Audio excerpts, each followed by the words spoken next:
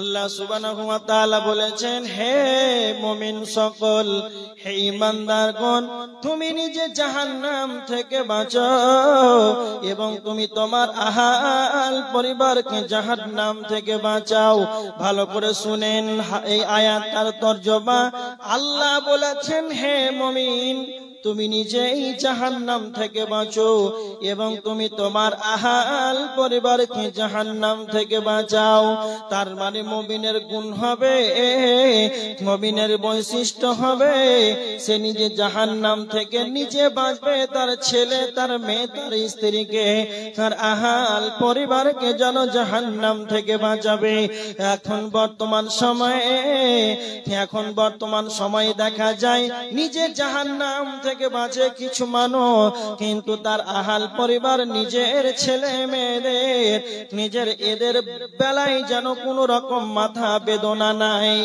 একজন হাজী সাহেব 50 বছর বয়স হয়ে গেল, আবার কিছু মসজিদের মুসাল্লি আছে 60 বছরের বার্ধক্যে উপনীত হয়েছে।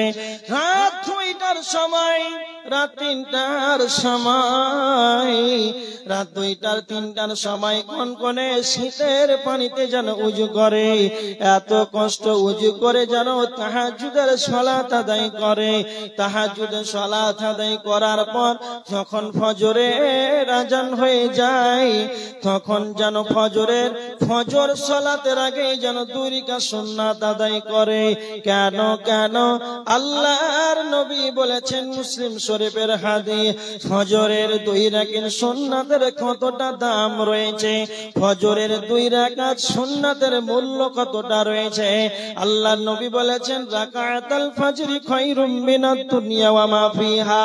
আসমানের নিচে জমিনের উপরে, আসমানের নিচে জমিনের উপরে, এক কথায় দুনিয়ার ভিতরে যাবতীয় যা আছে সকলের চাইতে দাম হলো ফজরের 2 রাকাত সুন্নাতের তা মূল্য রয়েছে।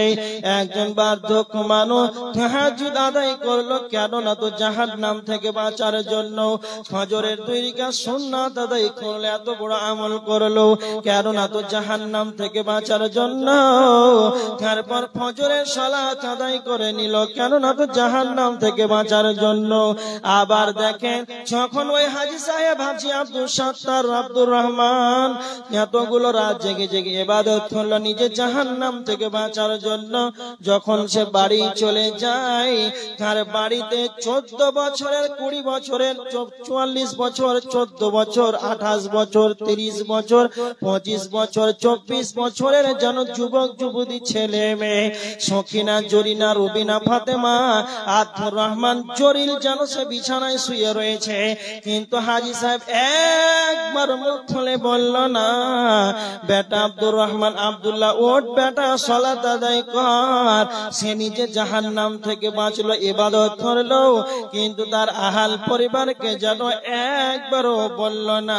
তো এটা কোনদিন মুমিনের বৈশিষ্ট্য হতে পারে না, এটা কোনদিন মুমিনের আলামত হতে পারে না।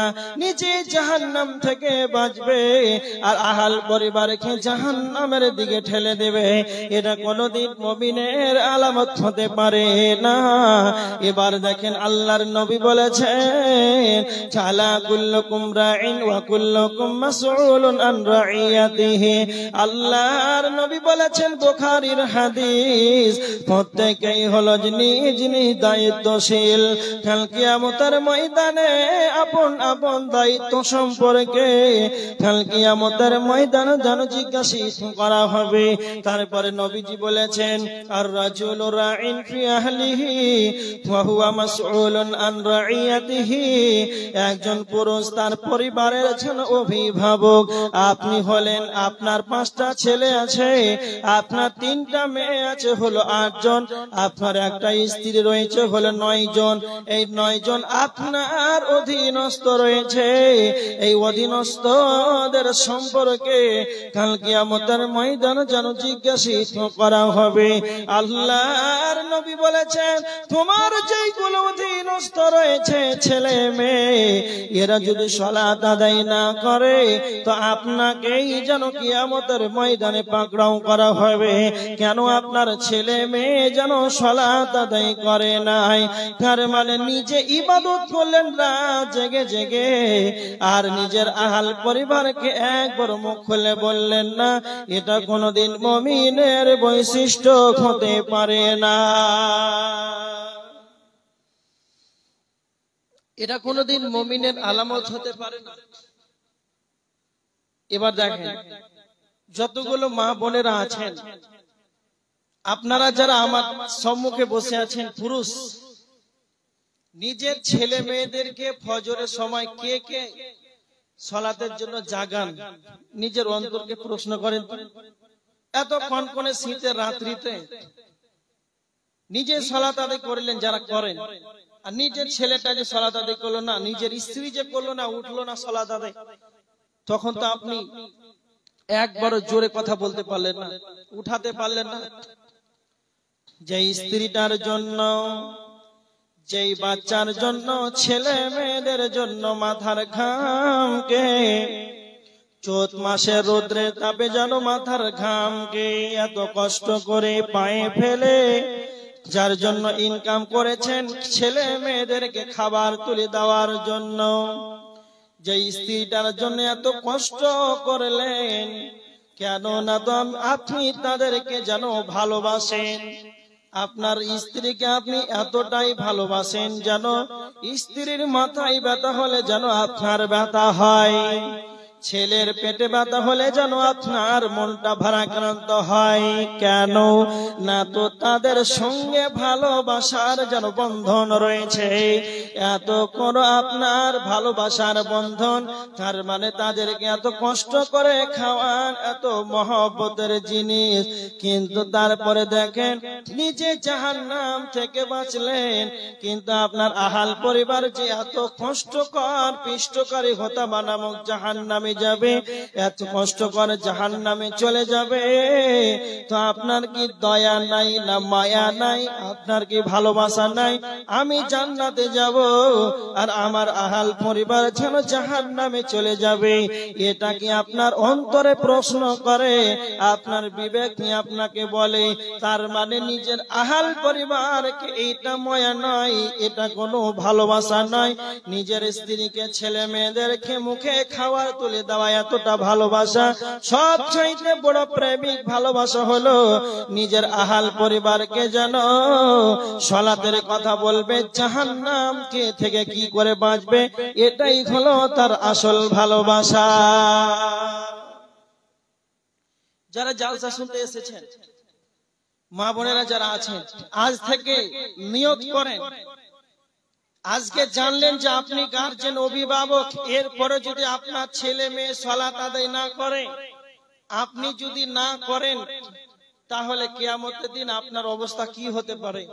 জলসা শুনলেন, বাবু পড়াই, রাত 2টার সময় দান করলেন, সবই ঠিক আছে, ভালো কথা, তারপরে ফজর আজান 5টা, আর আপনার ঘুম ভাঙছে 7:30টায় 8টায়, ফজর গেল কোথায়? নামাজ তো দূরের কথা।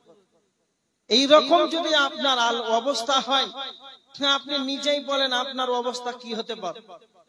এই জন্য জলসা শুনতে এসেছেন, ভালো কথা, আলহামদুলিল্লাহ, যাবেন, ফজর যেন কাজা না হয়, নিজের ছেলে মেয়ে যেন ফজর না ছুটে যায়। আপনি গার্জেন, তাকে যতক্ষণ না উঠবে আপনি তাকে বলতে থাকুন, এইভাবে দায়িত্বশীল হন, যেন কিয়ামতের দিন দায়িত্বের জবাব দিতে পারে।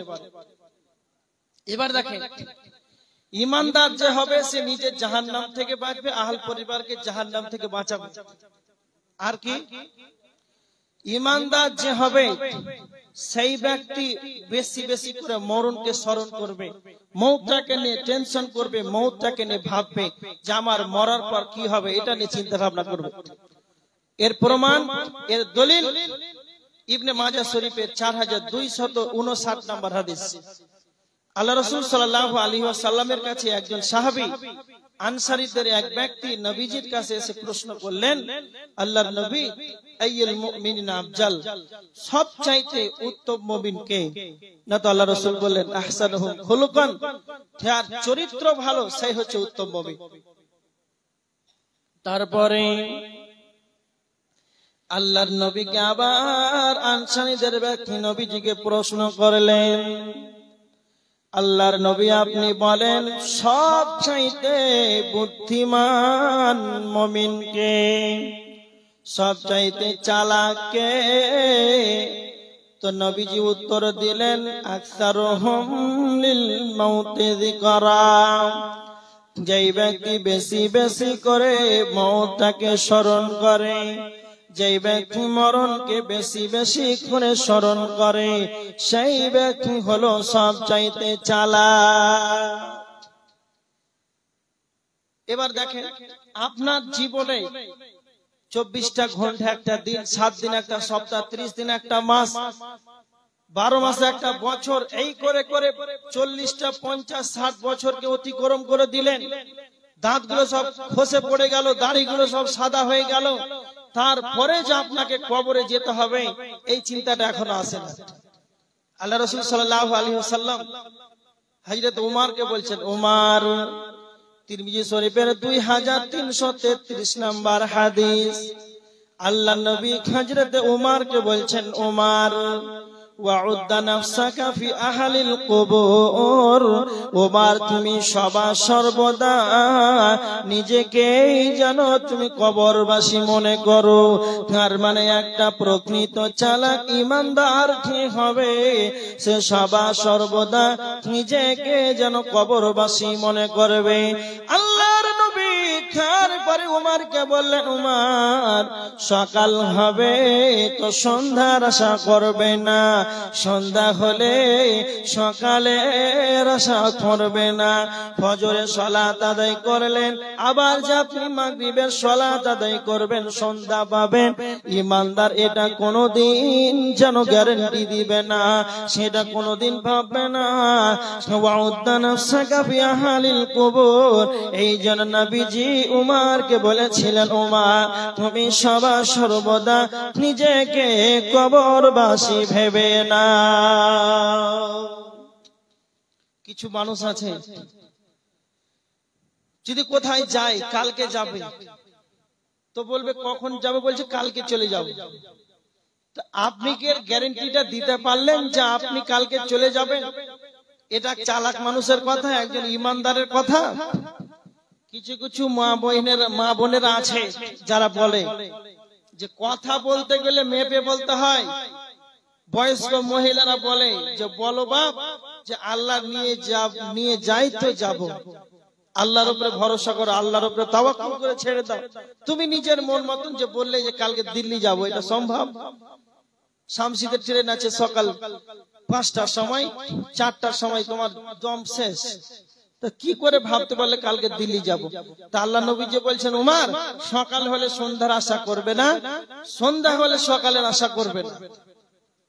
তার মানে সবচাইতে চালাককে না তো যেই ব্যক্তি বেশি বেশি করে মওতটাকে নেভাবে, হচ্ছে সবচাইতে বুদ্ধিমান মুমিন।